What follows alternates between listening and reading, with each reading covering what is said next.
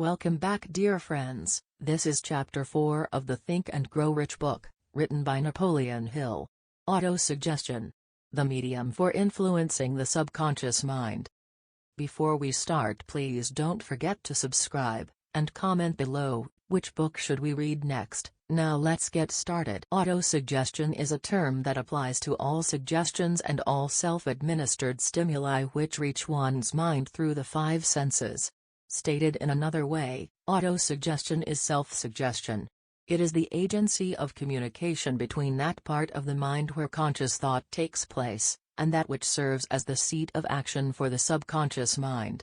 Through the dominating thoughts which one permits to remain in the conscious mind, whether these thoughts be negative or positive, is immaterial. The principle of autosuggestion voluntarily reaches the subconscious mind and influences it with these thoughts.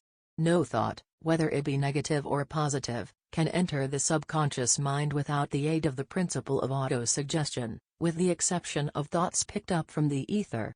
Stated differently, all sense impressions which are perceived through the five senses, are stopped by the conscious thinking mind, and may be either passed on to the subconscious mind or rejected, at will. The conscious faculty serves, therefore, as an outer guard to the approach of the subconscious. Nature has so built man that he has absolute control over the material which reaches his subconscious mind, through his five senses, although this is not meant to be construed as a statement that man always exercises this control. In the great majority of instances, he does not exercise it, which explains why so many people go through life in poverty. Recall what has been said about the subconscious mind resembling a fertile garden spot, in which weeds will grow in abundance if the seeds of more desirable crops are not sown therein. Autosuggestion is the agency of control through which an individual may voluntarily feed his subconscious mind on thoughts of a creative nature, or, by neglect, permit thoughts of a destructive nature to find their way into this rich garden of the mind. You were instructed, in the last of the 6 steps described in the chapter on desire, to read aloud twice daily the written statement of your desire for money, and to see and feel yourself already in possession of the money. By following these instructions, you communicate the object of your desire directly to your subconscious mind in a spirit of absolute faith.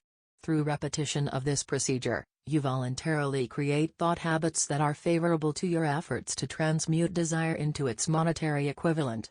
Go back to these 6 steps described in Chapter 2, and read them again, very carefully, before you proceed further.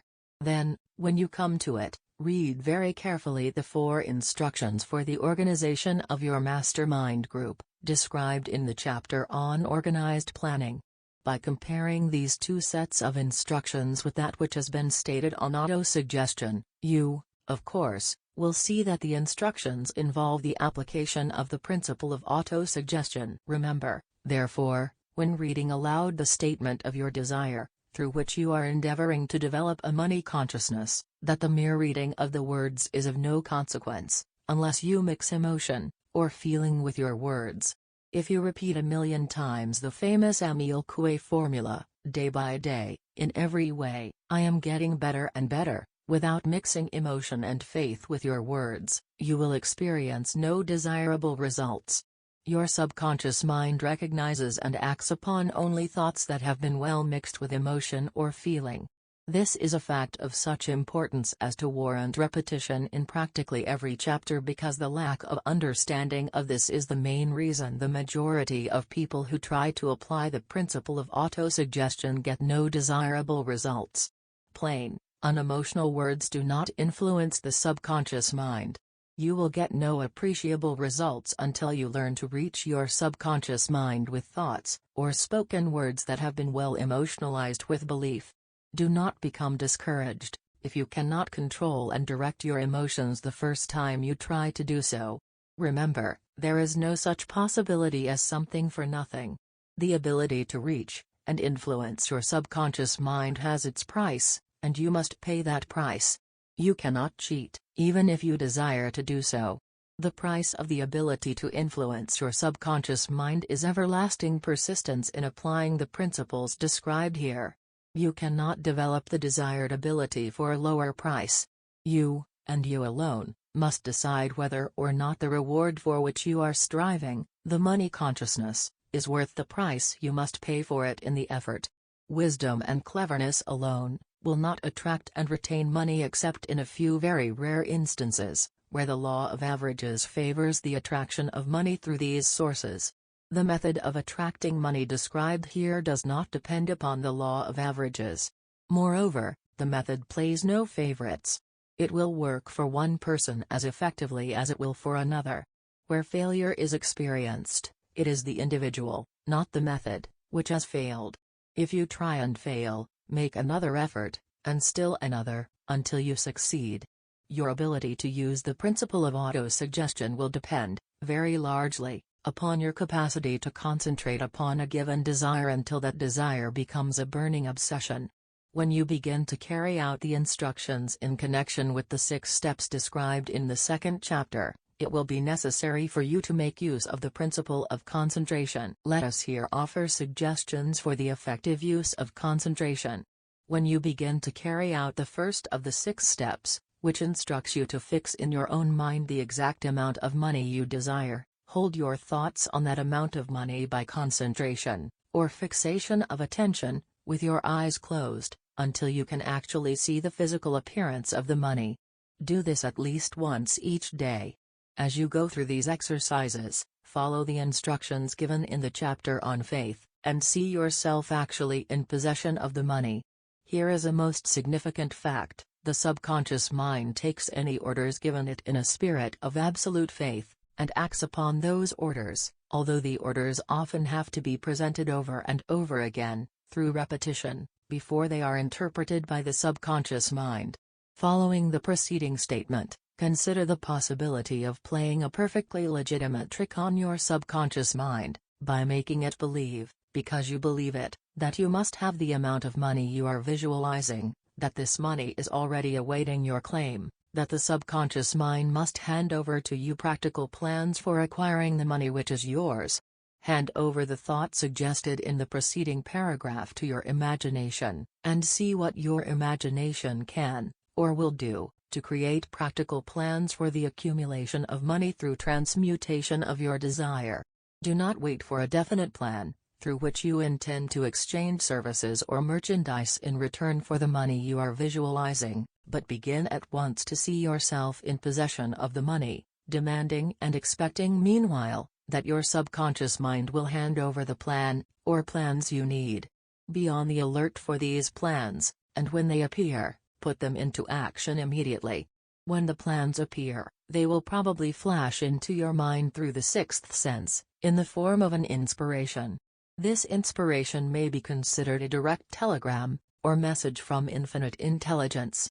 Treat it with respect, and act upon it as soon as you receive it. Failure to do this will be fatal to your success.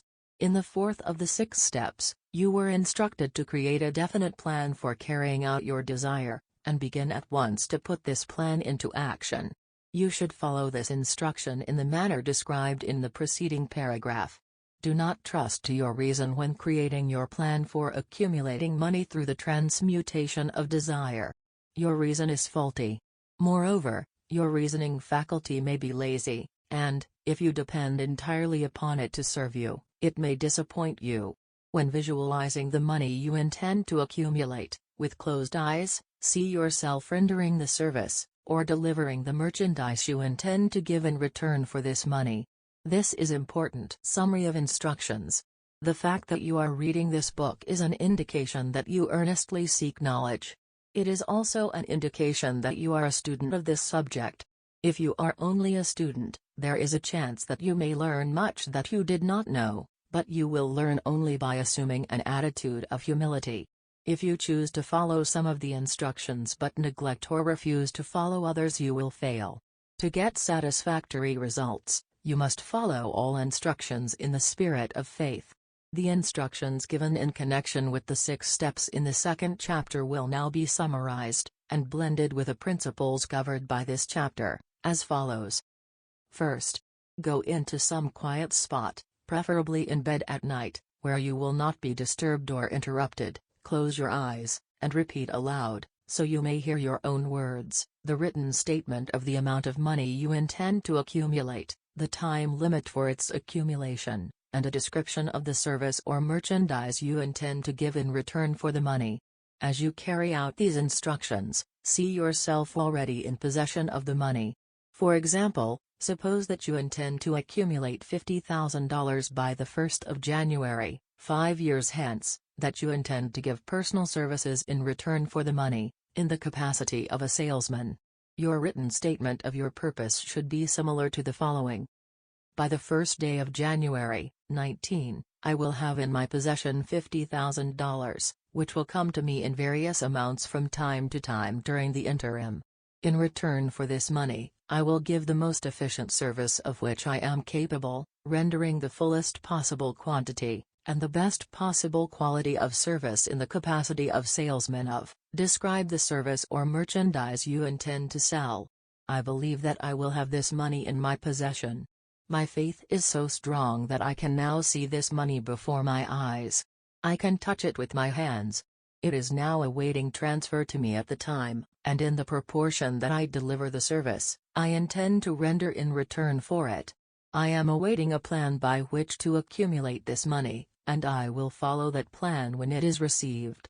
Second, repeat this program night and morning until you can see, in your imagination, the money you intend to accumulate. Third, place a written copy of your statement where you can see it night and morning, and read it just before retiring, and upon arising until it has been memorized. Remember, as you carry out these instructions, that you are applying the principle of auto-suggestion, for the purpose of giving orders to your subconscious mind. Remember, also, that your subconscious mind will act only upon instructions that are emotionalized, and handed over to it with feeling. Faith is the strongest, and most productive of the emotions. Follow the instructions given in the chapter on faith. These instructions may, at first, seem abstract. Do not let this disturb you. Follow the instructions, no matter how abstract or impractical they may, at first, appear to be. The time will soon come, if you do as you have been instructed, in spirit as well as in act, when a whole new universe of power will unfold to you. Skepticism, in connection with all new ideas, is characteristic of all human beings. But if you follow the instructions outlined, your skepticism will soon be replaced by belief, and this, in turn, will soon become crystallized into absolute faith. Then you will have arrived at the point where you may truly say, I am the master of my fate, I am the captain of my soul. Many philosophers have made the statement, that man is the master of his own earthly destiny, but most of them have failed to say why he is the master.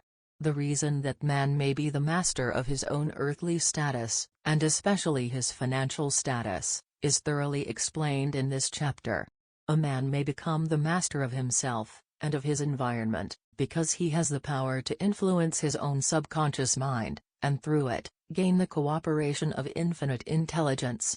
You are now reading the chapter which represents the keystone to the arch of this philosophy. The instructions contained in this chapter must be understood and applied with persistence if you succeed in transmuting desire into money. The actual performance of transmuting desire into money involves the use of autosuggestion as an agency by which one may reach, and influence, the subconscious mind. The other principles are simply tools with which to apply autosuggestion. Keep this thought in mind, and you will, at all times, be conscious of the important part the principle of autosuggestion is to play in your efforts to accumulate money through the methods described in this book. Carry out these instructions as though you were a small child. Inject into your efforts something of the faith of a child. The author has been most careful to see that no impractical instructions were included, because of his sincere desire to be helpful. After you have read the entire book, come back to this chapter, and follow in spirit, and in action, this instruction. Read the entire chapter aloud once every night, until you become thoroughly convinced that the principle of autosuggestion is sound, that IT will accomplish for you all that has been claimed for IT. As you read, underscore with a pencil every sentence which impresses you favorably. Follow the foregoing instruction to the letter, and it will open the way for a complete understanding and mastery of the principles of success. This was Chapter 4. Please check the next video. Chapter 5, Specialized Knowledge. Personal experiences or observations. Please don't forget to subscribe and like this video. Comment below which book should we read next. Thank you and see you later. Bye bye now friends.